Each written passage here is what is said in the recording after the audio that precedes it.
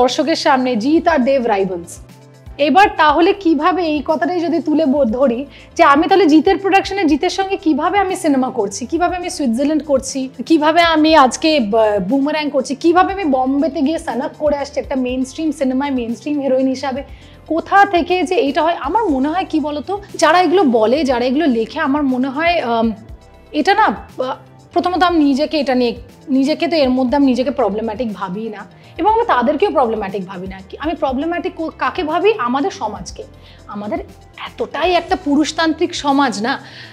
কারণ দেখো, যখন আমি ছোট ছিলাম তখন আমার ঠাকুরদা জাজ ছিলেন বলে না, আমাকে সবসময় বলা হতো জাস্টিস বিএন মৈত্রর নাতনি।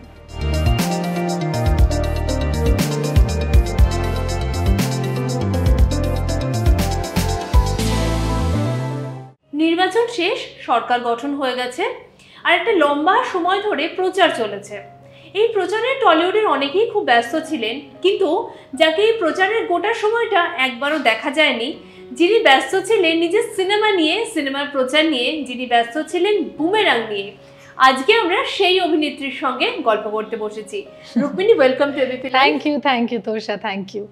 প্রথমেই বলো যে এই যে আমি যেটা বলছিলাম যে সবাই যখন ব্যস্ত ছিল তখন তুমি সিনেমা নিয়ে, কাজ নিয়ে ব্যস্ত ছিলে, তো এটাকে খুব কনসাস একটা সিদ্ধান্ত? না না, একদমই না। আমার মনে হয় যে যেটা আমার মনে হয় তোমার প্রশ্নের মধ্যেই তোমার উত্তরটা লুকিয়ে আছে, যে যখন এত কিছু মানে ইলেকশনসের প্রচার চলছিল, সেই সময় আমাকে আমার ছবির প্রচারটাই করা আমার জন্য দরকার ছিল। অবভিয়াসলি এটা আমার কর্মক্ষেত্র আর এটাই আমার কাজ, এবং আমার ছবিকে এগিয়ে নিয়ে যাওয়া সেটাই আমার মানে মনে হয় আমার এই মুহূর্তে আমার রিলিজন যেটাকে বলে। তো ঠিক তাই।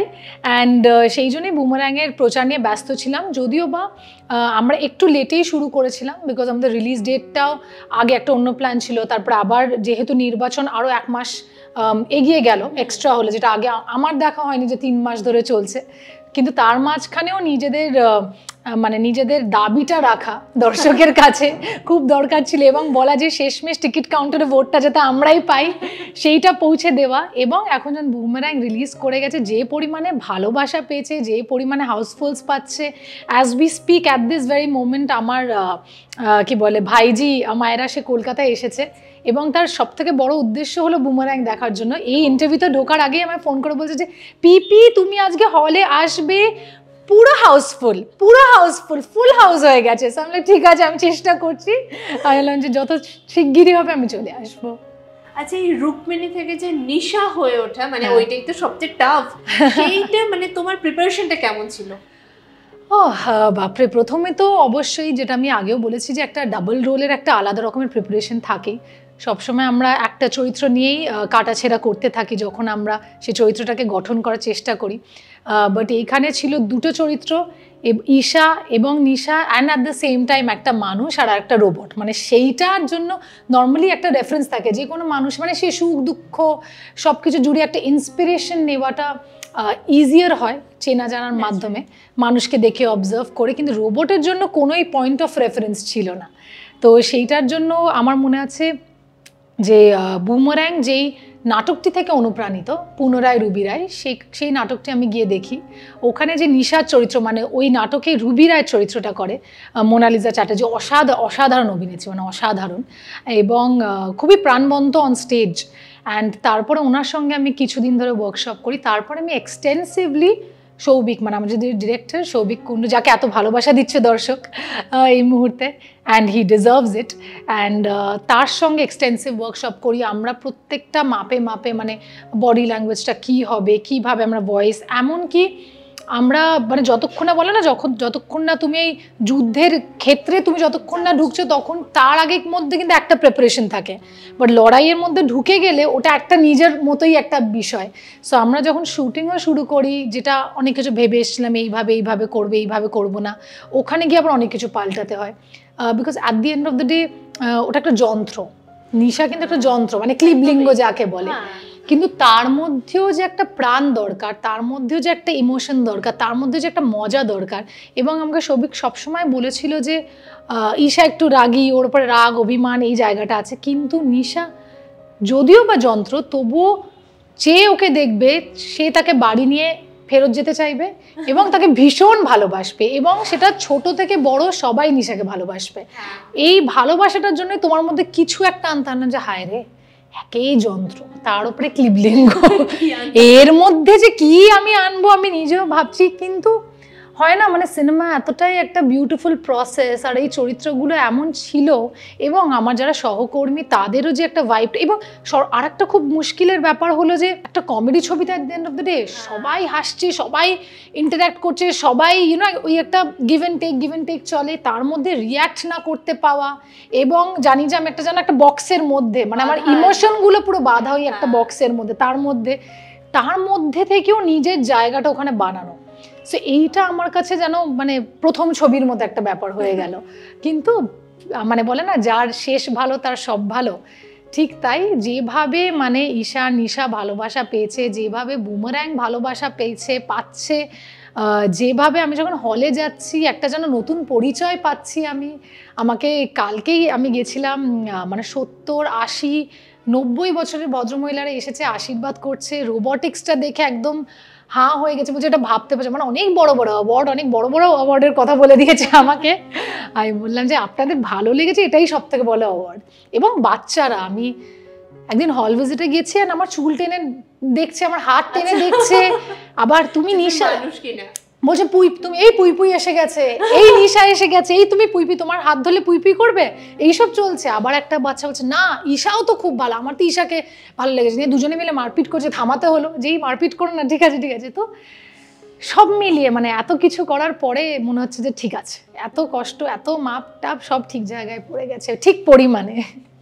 এই রোবট হয়ে ওঠার মধ্যে সবচেয়ে চ্যালেঞ্জ কোনটা ছিল? মানে ফ্রম বডি ল্যাঙ্গুয়েজ, ভয়েস, সবটা তো চেঞ্জ করতে হয়েছে। সবাই প্রচণ্ডভাবে। এবং আমিও সিনেমাটা রিলিজ হওয়া আগে অবধি আমি ভাবছিলাম যে ফিজিক্যালি যতটা চ্যালেঞ্জিং ছিল, যেই চ্যালেঞ্জটা সব থেকে বেশি ফিজিক্যালি ফেস করেছিলাম সিনেমাটা ফিল্ম করার সময়, সেইটা হয়তো আমার কাছে সব থেকে বড় চ্যালেঞ্জ ছিল, যেটা হলো আমার চোখের মুভমেন্টটা, চোখের পাতা, চোখের মুভমেন্টটা, মেকআপ, হেয়ার।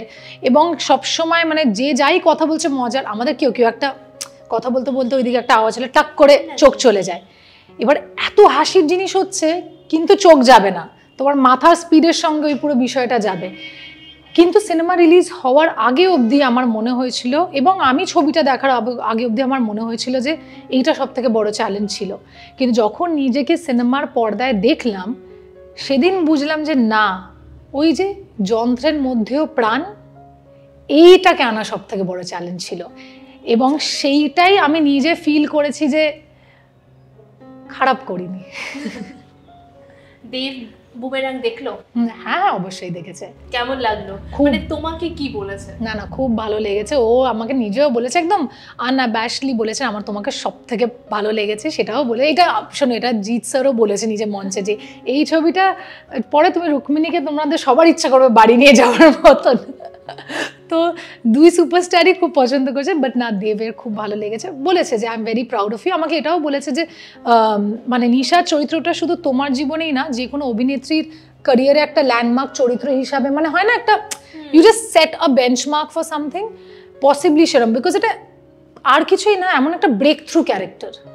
সেইটাই তো বলে যে মানে অনেক সময় না যে ডাবল রোলটা একটা ভীষণ রিস্কি একটা জিনিস, যে মনে দাগ, হ্যাঁ, আলাদা করা এবং মনে দাগ কেটে যাওয়ার মতো ডাবল রোল। খুব মানে আমি প্রচুর ইন্টারভিউতে বলেছি আমার সব থেকে পছন্দের সীতা আর গীতা, মানে ওটা আমার ভীষণ পছন্দের একটা। এবং অনেক সময় দেখি না আমরা দুটো আলাদা টাইম লাইনে ডাবল রোল, কিন্তু এখানে সেটা না, মানে একটা ধরো আমরা দেখছি যে ভীষণ হ্যাঁ মানে দুটো যুগে ডাবল রোল, কিন্তু এটা হলো একসঙ্গে, মানে একটা ফ্রেমে একসাথে, একটা শটের পরে আর একটা শট, একটা সিনের পরে আর একটা সিন, এইখানে দাগ কেটে যাওয়াটা খুব রিস্কি ছিল। এবং সেইটা যে আমি জানি যে আর কিছু হোক না, ঈশা আর নিশা থেকে যাবে, রুক্মিণী থাকুক কি না থাকুক, ঈশা আর নিশা থেকে যাবে। এই যে দেবের কথা বলছিলে যে মানে এই যে তোমাদের একটা সম্পর্ক আমি সবসময় দেখে এসেছি, এত সুন্দর কাজটাকে পাশাপাশি রাখো, ও রাজনীতির ফেসটাকে রেখেছে, ব্যক্তিগত জীবন, এই মানে ম্যাজিকটা, মানে এই ওই তুমি যেরকম নিশার ক্ষেত্রে বলছিলে না যে মানে সব প্রপোর্শনগুলো ঠিক ঠিক জায়গায় পড়েছে, তো তুমি মানে তোমার সম্পর্কের এই প্রপোর্শনগুলো সব ঠিক ঠিক জায়গায় ফেলো কি করে? তো মানে সত্যি বলতে এত ভাবনা চিন্তা কেউ করি না। আমার মনে এটার মধ্যে এটার উত্তরটা ম্যাজিক না, এটার উত্তরটা হলো মানুষ। আমার মনে হয় যে আমরা সবাই বাড়ির গণ্ডির বাইরে যখনই আমরা বেরোই আমরা সবাই কোথাও না কোথাও নিশার মতোই একটা রোবট, সুপারফিশিয়াল। কোথাও কেউ না কেউ একটা কিন্তু আমাদেরকে কন্ট্রোল করে, একবার জনতা কন্ট্রোল করে, একবার ডিরেক্টর কন্ট্রোল করে, একবার যে ইন্টারভিউ সে কন্ট্রোল করে, একটা ক্যামেরা কন্ট্রোল করে। So somebody is always supervising us, এবং আমরা সেটা নিয়ে খুব অ্যাওয়্যার অ্যান্ড কনসিয়াস। কিন্তু আমরা বাড়ির গণ্ডির ভেতরেই নিজস্ব যখন একদম সাধারণ জীবনযাপন যখন আমরা করি, at least if I can speak for my self, তখন আমিও মানুষ ঠিক ঈশার মতো, যেখানে আমার রাগ, অভিমান, ভালো লাগা, ভালোবাসা সবই আছে। কিন্তু কোথাও না কোথাও হয়তো আমি জানি যে আমার মানুষ সত্তাটাকেই কিন্তু এগিয়ে রাখতে হবে জীবনে। এবং আমার মনে হয় যে কোনো মানুষ যারা এই মুহূর্তেও দেখছে, আমার মনে হয় যে নিজের মানুষ সত্তাটাকে যদি আমরা ওই কনসিয়াসনেসটাকে সবসময় নিজেদের মধ্যে রাখি, আমরা যদি বাইরেও কেউ সেটাকে না অ্যাপ্রিসিয়েট করে, আমার মনের ভেতরে আমি জানবো যে আমার ব্যালেন্সটা আছে। নিজে জানাটা সব থেকে বেশি ইম্পর্ট্যান্ট। আর আমি কোথাও না কোথাও নিজেকে চিনি এবং নিজের সম্পর্কগুলোকেও চিনি। দেবের কথা তো হচ্ছিলই, কিন্তু মা তো তোমার কাছে ভীষণ মানে কাজে খুব ম্যাটার করে আর কি, সবসময় আমাদের মধ্যে সেই কথা হয়। তো মা কি বলবে? তোর সাথে যখনই ইন্টারভিউ আমি একটা হ্যাঁ মা মা মা আমার এটা একটা অদ্ভুত জিনিস। আমি না আমাকে ছোটবেলায় মানে আমি যখন বড় হয়েছি তখন আমাকে আমার মা বলতেন যে তোমাকে ছোটবেলায় সবাই ফেভিকল বলতো, জানো। মানে বললাম যে কেন আমাকে ফেভিক বলছে সারাক্ষণ, তুমি মানে আর কিছু না হলে মা মা মা, মানে আমাকে সব কোনো পার্টিতে কোথাও গেলে মা। আমি বলছি ঠিক আছে, ছোট ছিলাম, ইটস ওকে, হয় এরকম। ও মা আমাকে আমার যে হেয়ার মেকআপ টিম, যারা আমার স্টাইলিং টিম, তারাও বলে যে হ্যাঁ মাকে একটা দেখিয়ে নাও, মাকে জিজ্ঞেস করে নাও, মাকে। মানে আমার এটাও বিশ্বাস করবে না, আমার কিডন্যাপ বলে একটা ছবি ছিল, সেখানে আমি একটা আউটফিট খুঁজছিলাম, আমি তোমাকে ভালোবাসি গানটায় একটা ডার্ক মফ কালারের, ডিপ পার্পল কালার একটা গাউন মতো পরে পারফরমেন্স, সেইটা আমার কোথাও ভালো লাগছে না। কিন্তু আমার মায়ের পরা প্রত্যেকটা শাড়ি আমার মনে আছে। মায়ের শাড়ি নিয়ে মাম্মাকে খুব করে করে মায়ের শাড়ি কেটে আমার ওই জামাটা বানানো, মানে এইটাও এই স্যাক্রিফাইসটাও না তো নিজের মায়ের শাড়ি কেটে নিজের সিনেমার জামাটাও আমার করা। কিন্তু হ্যাঁ আমার মা আমি জানি আমার মা যদি আমার শরীরে রক্ত আছে তো, কিন্তু সেই চলাচলটা মনে হয় আমার যেই প্রাণটা যেটা আমার ভেতরে আছে সেটা আমার মা, আমার হার্টটা আমার মা। আমি আমার মাকে মানে বলি যে তুমি যদি না থাকো তাহলে আমি কিন্তু নেই, এটা তুমি মাথায় রাখবে। আমার মায়ের জায়গাটা আমার কাছে আমি যাই না, বলতেও চাই না, থু থু থু থু থু আমি জিন্স কথা না। কিন্তু যাই, coming back to your question, আমার মনে হয় যে মা ভীষণই খুশি। আমার মা এমনই, আমি ছোটবেলা থেকে যদি মানে আমি যাই করেছি, আমার মা আমার বিগেস্ট চিয়ার লিডার হয় না সবসময়, যে খুব ভালো খুব ভালো খুব ভালো। সেই দিক থেকে আমার রিয়ালিটি চেকটা আমার দাদা ভালো হয়েছে, কিন্তু এই দিকটা আরো ভালো হবে, এই দিকটা আরো ভালো হবে। কিন্তু আমার মা কিন্তু এটা সবার প্রতি, যদি আমার মা খুব খুব হ্যাপি, খুব সাপোর্টিভ, খুব পজিটিভ একটা মানুষ। মানে সব সময় বলে যে এটা যদি খারাপ হয়ে থাকে তুমি তো চেষ্টা করেছো, চলো ঠিক আছে তুমি পরেরটা আরো ভালো করবে, কিন্তু এটাও খুব ভালো হয়েছে, এইটা আমার মায়ের থাকে। তো আমার মায়ের হ্যাঁ আমার মায়ের খুব ভালো লেগেছে। কিন্তু হ্যাঁ বুমারাং রিলিজ করার আগে অবধি, যখন আমি বুমারাংয়ের সিনেমাটা করেছি, যেহেতু আমার মা আমার প্রত্যেকটা স্ক্রিপ্ট আমার আগে পড়েন, হ্যাঁ এটা আছে, আমি স্ক্রিপ্ট শুনি, তারপরে আমি আমার মাকে স্ক্রিপ্টটা নিয়ে আগে বলে আমার মা পড়বে, আমি আমার মায়ের রিয়াকশনটা দেখি, যদি আমার মা পছন্দ করে তাহলেই কিন্তু আমি স্ক্রিপ্টটাকে হ্যাঁ বলি। এইটা আমার একটা আছে, মানে এখনো মানে প্রত্যেকটা স্ক্রিপ্ট। এবং যে ধরো এমন একটা স্ক্রিপ্ট, ধরো আমি একটা এক্সপেরিমেন্টাল কোনো ছবি করেছি, কিন্তু আমার মা হয়তো পড়তে 60-70% পড়ে বন্ধ করে দিয়েছে। মা বলছে যে আমি এটা বুঝতে পারছি না, আই নিউ যে এটা হয়তো আমি ট্রাই করছি, কিন্তু আমার মা যদি বলে থাকে তাহলে কিন্তু মানে এইটাও একটা আছে। সো এনিওয়ে, যখন বুমারাং পড়ে she really enjoyed the script, কিন্তু আমার মা বলেছিল এটা কী করবে, বিকজ বিশ্বাস করো না, শুধু আমি আমার কথাই বলি, আমি আর সৌভিক ছাড়া আমরা কেউ কিন্তু তার বাইরে বা ওই সেটের বাইরে কেউ জানতো না যে আমরা কি করতে চলেছি বুমারাং নিয়ে। এমনকি মানে টিজার ট্রেলার সব কিছু বেরোনোর পরও কেউ বুঝতে পারছে না যে কি করতে চলে, সবাই ভাবছে এটা পাগলামই হচ্ছে। মানে পুরো ছবির অ্যানাউন্সমেন্ট, ছবির শুটিং, ছবির টিজার, গান, ট্রেলার একদিকে এবং ছবিটা কিন্তু সত্যি আর একদিকে, সেটাই আমরা রেসপন্স পেয়েছি। এবং যে পারফরমেন্সটা আমি করেছি, যখন আমি বাড়িতে করে করে মাকে দেখাতাম, আমার মা বলেছিল যে সব শেষ, বলে যেইটুকু মান সম্মান সব, তুমি এরকম করবে, এরকম করে কথা বলবে, এরকম করে হাসবে মাম্মা, মানে মা আমাকে বলছিল এরকম মাম্মা করো না, মানে যাই না আর কেউ কিন্তু, বিকজ আমার মাও জানতো না যে আমরা কি করতে চলেছি, বিকজ ওইটা লেখায় মানে বুমারাং এমনই একটা ছবি ছিল যেটা লেখা আর করার মধ্যে একটা বিশাল বড় ডিস্টেন্স কভার করার ছিল। সেই জন্যই হয়তো যখন বুমারাং দর্শকের কাছে পৌঁছেওছে সাবজেক্টটা বা টিজার বা ট্রেলার, কেউ ভাবেনি ছবিটা এত ভালো হবে, বা কেউ ভাবেনি যে এত মন ছুঁয়ে যাবে, কেউ ভাবেনি যে 100% পজিটিভ রিভিউস একটা ছবি পেয়ে যাবে। শুধু আমরাই হয়তো জানতাম। এটা একটা অদ্ভুত আত্মবিশ্বাসে আমরা চলেছিলাম, আর আমি সত্যি সৌভিককে ট্রাস্ট করেছিলাম। কিন্তু দেখার পরে আমার মা খুবই খুশি, এবং মা এটাও বলেছিল যে সত্যি গো, ঠিকই বলে। অনেক বড় বড় অভিনেতা অভিনেত্রীদের ইন্টারভিউতে শুনেছি অনেক সময় বলে না যে আমরা ডিরেক্টরকে সমর্পণ করে দিই, হয়তো তুমি তাই করেছো এবং সেটা সার্থক। এই সেটে মানে ক্যামেরায় অন ক্যামেরা তোমার সহকর্মী হিসেবে জিদ্দা কেমন, আর ক্যামেরা অফ হলে কেমন? ক্যামেরা অন হলে জিৎ স্যার প্রচুর কাজ করে, ক্যামেরা অফ হলে জিৎ স্যার প্রচুর আড্ডা মারে।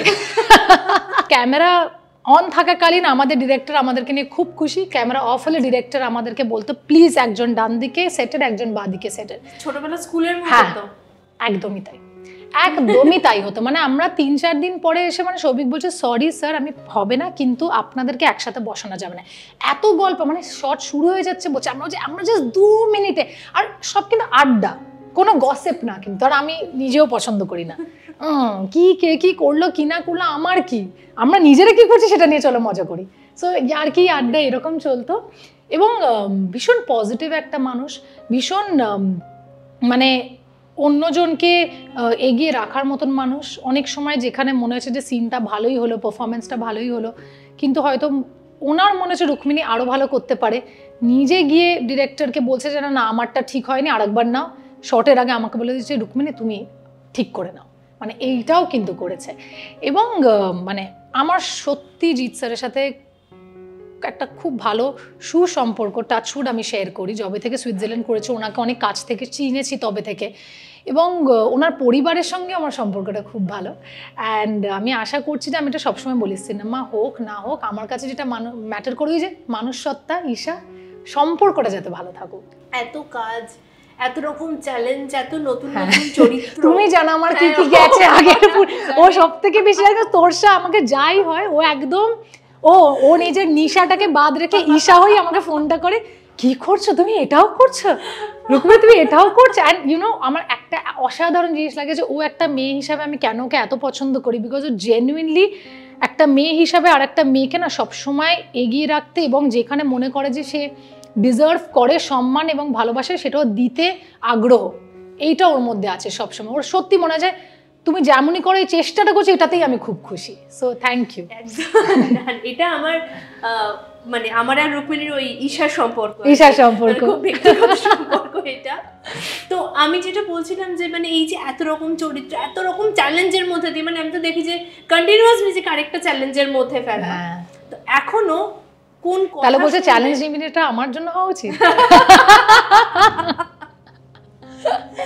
এখনো কোন কথা শুনলে তোমার খুব খারাপ লাগে, মনে হয় এখনো মানুষ এইভাবে আমাকে নিয়ে ভাবে, এখনো এরকম কনসেপ্ট আছে আমাকে নিয়ে, এগুলো কখনো ভাবার? আমি খুব বেশ এই বলছিলাম না যে কে কি বললো কে কি বললো না, আমি এটা নিয়ে সত্যি ভাবি না। হ্যাঁ, একটা সময় আমার মনে হয় যে ওই যে প্রথমে একটা ছিল যে, যেটা শুধু আমারই না, যখনই কেউ মডেলিং ব্যাকগ্রাউন্ড থেকে এসেছে অভিনয় জগতে, তখনই মানুষের একটা চিন্তা ধারণা যে মডেল অভিনয়, এটা নিয়ে ওদের একটা ক্ল্যাশ চলতে থাকে। বাট আমার মনে হয় শুধু আমিই না, আমার আগেও প্রচুর হিন্দিতেও প্রচুর মডেলরা, আজকে দীপিকা পাদুকোনি যদি তুমি বলো বা অনুষ্কা শর্মাই যদি বলো, তারা তো এস্টাবলিশ মডেল, ঐশ্বরিয়া রায় তো মডেল। সো সেদিক থেকে যদি তুমি দেখো যে সত্যি মডেলসরা তো ভালো কাজ করেছে, ভালো অভিনয় দক্ষতা দেখিয়েছে। এবং প্রথমের দিকে এটা ছিল, তখন হয়তো নতুন নতুন তো তখন এত কিছু শুনছি, তখন মাথায় চলে। কিন্তু তারপরে আমার মনে হয় যেটা হয় না যে আমার যোগ্যতাটা কিন্তু আমার পরিচয় না, আমার যোগ্যতাটা কিন্তু আমার কর্ম। তো আমি আমার কর্মের মাধ্যমে পৌঁছে গেছি দর্শকের কাছে। সেটা যখন আমি চ্যাম্প করেছি আমার অভিনয় নিয়ে, যখন 2টো রিভিউতে ভালো কথা লেখা হয়েছে, ককপিটের মতো একটা এক্সপেরিমেন্টাল সাবজেক্ট নিয়ে করেছি, সেটাই বলা হয়েছে, কবিরে বলা হয়েছে, সুইজারল্যান্ডে বলা হয়েছে, আজকে বুমারাংয়ে দাঁড়িয়ে বলা হচ্ছে। তো আরো অনেক কিছু আছে, এরপরে আরো অনেক কিছু আছে, সেটা নিয়ে অনেক কথা হয়েছে। কিন্তু ঠিক আছে, দেখি কি হয়। চেষ্টা, আমার মনে হয় মানুষের চেষ্টাটাই হওয়া উচিত। যে you know if you lose that's okay, but never quit. এইটার মধ্যে একটা বিশাল বড় পার্থক্য আছে। এইটা আমার মনে হয় আমাদের প্রত্যেক জনের দেখা উচিত, এবং সেইটাকে ফলো করা খুব জরুরি। তো আমি হাল ছেড়ে দিই না। তো সেটাই। যখন ফেসবুকে বা বিভিন্ন জায়গায় কমেন্টে লেখা হয় দেবের জন্য কাজ পাচ্ছে, খারাপ লাগে?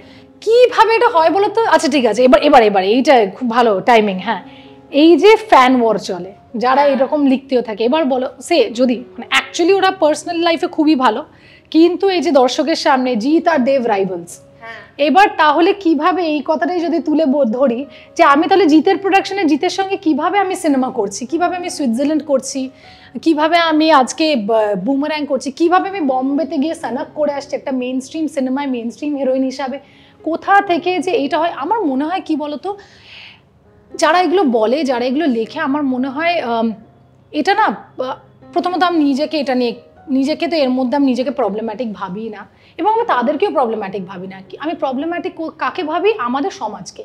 আমাদের এতটাই একটা পুরুষতান্ত্রিক সমাজ না, কারণ দেখো যখন আমি ছোট ছিলাম তখন আমার ঠাকুরদা জাজ ছিলেন বলেন আমাকে সবসময় বলা হতো জাস্টিস বিএন মৈত্রর নাতনি, এটা তো হতো। এবার তারপরে কি হলো, এবার তারপরে গিয়ে আমার বাবার নামের মেয়ে, তারপরে কি হলো, দিল্লিতে যখন যেতাম তখন আমার দাদা যেহেতু ওখানে ভালো কর্মক্ষেত্রে ওরকম হতো। আজকে যখন আমি নিজের পরিচয় বানিয়েছি, যে বললাম যে আমার কর্মই আমার পরিচয়, আমার কর্মই আমার যোগ্যতা ঠিক করে, এখন কিন্তু আমার যারা কাকা কাকিরা, আমার ঠাকুমা যখন ছিল, আস্তে আস্তে কিন্তু ওদেরও কিন্তু শিফট হয়ে গেল যে আচ্ছা রুক্মিণীর ঠাকুমা, রুক্মিণীর দিদা, রুক্মিণীর মা, এখন আমার মায়ের ইগোতে লাগে মাঝে মাঝে। আমার মা এত বড় নিজের সবাই নিজের বিজনেস ছিল, কোম্পানি ছিল, শি ইজ অলসো পুরো একটা টাইগ্রেস আমার মা। তো সেদিক থেকে এখন রুক্মিণী মা, আমি বলছি না আমি মিসেস মধুমিতা মাইত্রা, আমার মা এরকম বলে। তো ঠিক আছে, এটা একটা পুরুষতান্ত্রিক সমাজের ব্যাপার। এবার যারা না আমি একটা ছোট্ট গল্প বলি তোমাকে, একটা এমনি ছোট্ট একটা গল্প বলছি। হ্যাঁ, আমাকে এটা আমার মা শিখিয়েছিল যে একটা গাধা আর একটা বাঘের মধ্যে ঝগড়া চলছে, যে বলছে ঘাসের রংটা নীল, বলছে গাধা, বাঘ বলছে না এটা সবুজ, তখন গাধা বলছে না এটা নীল, তখন বাঘ বলছে না এটা সবুজ, তখন গাধা বলছে ঠিক আছে তাহলে জঙ্গলের যে রাজা লায়ন, তাকে গিয়ে আমরা জিজ্ঞেস করবো সিংহকে যে কি। তো দুজন মিলে ছুটে ছুটে ছুটে যাচ্ছে, ছোটার মাঝখানেই গাধা চিল্লাতে শুরু করে যে এই মহারাজ মহারাজ ঘাসের রং কি নীল, তো ঘাসের রং নীল না মহারাজ, ঘাসের রং নীল না। ওখান থেকে সিংহ বলে হ্যাঁ গাধা তুমি ঠিক বলেছে ঘাসের রং নীল। বলছে এই তো দেখো বাঘ মাঝখানে থেমে গেছে, এই দেখো বলেছে ঘাসের রং নীল, তাহলে তুমি হেরে গেলে, এই যে মহারাজ ওকে এবার তুমি দণ্ড দাও, পানিশ করো। বলছে হ্যাঁ আমি বাঘকে দণ্ড দিলাম ঘাসের রং সবুজ বলার কারণে, যে ও 5 বছর কোনো কথা বলবে না। তো গাধা খুশি হয়ে নাচতে নাচতে চলে গেল। বাঘ ভাবছে মহারাজকে, মহারাজ ঘাসের রং তো সবুজ, আপনি কিভাবে ওকে নীল বলে করে দিল, এবং আপনি আমাকে দণ্ড দিয়েছেন ঠিক আছে, কিন্তু এই দণ্ডটা দেওয়ার কারণ কি? বলছে হ্যাঁ আমি মেনে নিচ্ছি, চুপ করে থাকতে হবে। বলছে হ্যাঁ আমি এই কারণ কি, তুমি একজন বুদ্ধিমান, তুমি একজন সৎ, তুমি হলো শার্প একটা পশু, তুমি হলো বাঘ, তুমি কার সামনে কাকে বোঝাতে গেছো? গাধাকে। এইটাই উত্তর। তো তুমি যতটাই কয়েকজন থাকে নিজের একটা ইলিউশনে বাঁচতে পছন্দ করে, সে একটা পুরুষতান্ত্রিক সমাজের একটা ইলিউশনে বাঁচতে পছন্দ করে, তুমি তার সামনে যতটাই সত্য রাখো, যতই আমি সানাক রাখি, যতই আমি সুইজারল্যান্ড রাখি, যতই আমি আজকে সব্যসাচী মুখার্জির সাথে একটা বিশাল বড় কাজ করলাম, এই বছর একটা সং করলাম, এখন বুমারাং করছি, এরপরে বিনোদিনী আমার রাহুল বোসের সঙ্গে আসছে, সব কিছু সে দেখবে না, সো ঠিক আছে আমি চুপ, কাজই কথা বলুক, আমি বাঘ, ঠিক আছে। টলিউডের যে একটা লম্বা সময় ধরে কাজ করছো, কি মনে হয় এখানে কাজ করার জন্য নিজের কি কি শর্ত বা কি কি এবিলিটি নিজের মধ্যে রাখতে হবে? অভিনয় তো রয়েছে, অভিনয় দক্ষতা সব সময় রয়েছে, তার পাশাপাশি আমার মনে হয় টলিউডে কাজ করতে গেলে, যেহেতু যদি আমি বম্বের কম্প্যারিজনেই যদি বলি, আমার মনে হয় যে টলিউডে কাজ করতে গেলে না তোমাকে ভীষণ মেন্টালি স্ট্রং হতে হবে অ্যাজ এ পার্সন, এবং ফিজিক্যালিও ফিট, সেটা বম্বেতেও থাকা দরকার। কিন্তু কারণ কি বলতো, আমরা যেই ওয়ার্কিং আওয়ার্স কাজ করি 18 ঘন্টা 19 ঘন্টা 20 ঘন্টা 23 ঘন্টা, আমরা যেভাবে একটা জায়গা থেকে আরেকটা শিফটিং করি, দৌড়াচ্ছি, করছি, আমার মনে হয়েছে যে বাংলার যারা অভিনেতা অভিনেত্রীরা তারা যদি এইখানে একবার রোগড়ে যায়, তারা পৃথিবীর যে কোনো জায়গায় একদম দাপিয়ে কাজ করতে পারবে। কিন্তু পৃথিবীর যে কোনো মানে লোক কলকাতায় এসে কিন্তু সেরকমভাবে কাজ করতে পারে যারা কলকাতার মানুষরা করতে পারবে। এই যে বলেন অনেক সময় প্রফেশনালিজম নিয়ে অনেক কথা ওঠে, কিন্তু সত্যি কথা দেখতে গেলে আমরা যারা এই ইন্ডাস্ট্রিতে সত্যি মনোযোগ দিয়ে কাজ করে না, তাদের মতো কাজ আর কেউ পারবে না সারা বিশ্বে, যেটা বাংলার লোকেরা করতে পারবে। এটা কিন্তু সত্যি, একদম চরম সত্যি। আমার শেষ একটাই প্রশ্ন, যেটা অনেকেই প্রশ্ন করে যে দেব আর রুক্মিণী বিয়ে কবে করছে। আমি এই প্রশ্নটা করব না, আমি রুক্মিণীকে জিজ্ঞেস করব যে সম্পর্কে বিয়েটাকে আদৌ গুরুত্বপূর্ণ বলে মনে করো? অবশ্যই মনে করি, অফকোর্স। আমি যেভাবে আমার বাড়িতে আমার ফ্যামিলিতে এতগুলো ভালো, টাচউড অ্যাগেন, ভালো ভালো মানে এত ভালোবাসাপূর্ণ সম্পর্ক দেখেছি, আমার দাদা বৌদির হোক, আমার মা বাবার হোক, আমার দিদা দাদুর হোক, এখনও খুব রোম্যান্টিক ওরা দুজন। তো আমি অবশ্যই বিশ্বাস করি, এবং আমি এটাও বিশ্বাস করি ওই যে একটা কনসেপ্ট আছে না, টু ফাইন্ড দ্য ওয়ান, সেইটাই আমি খুব বিশ্বাসী। তো অবশ্যই বিয়েতে বিশ্বাসী, আর আমি খুব বড় রোম্যান্টিক, আমিও ওগুলোতে খুব বিশ্বাস করি। কিন্তু যারা বিশ্বাস করে না তাদেরকেও কিন্তু আমি মানে অবহেলার চোখে দেখি না, বিকজ তারা যদি ভালো থাকে, তারা যদি খুশি থাকে, তাদের যদি মনের মতো মানুষকে তারা অতটাই জায়গা দিয়ে রাখতে চায়, সেটাই হোক, কিন্তু মনের মতন হোক সম্পর্কটা, সেটা খুব দরকার। ভালো লাগা আর ভালো থাকার মধ্যে কিন্তু অনেক বড় পার্থক্য। তো এই ভালো থাকাটা খুব জরুরি। সেটা যদি তোমার বিয়ের মাধ্যমে মনে হয় করো, সেটা যদি তোমার মনে হয় যে মানে বিয়ে না করে তোমরা যেরমভাবে সম্পর্কটাকে যেরমভাবে এগিয়ে নিয়ে যেতে চাও করো, কিন্তু খুশি থাকো। মনটা খুশি থাকা মানুষের খুব জরুরি, তাহলেই দেখবে তুমি সব কিছু ভালোভাবে, আর তুমি সবাইকে খুশিও রাখতে পারবে, এটাই আমার বিশ্বাস।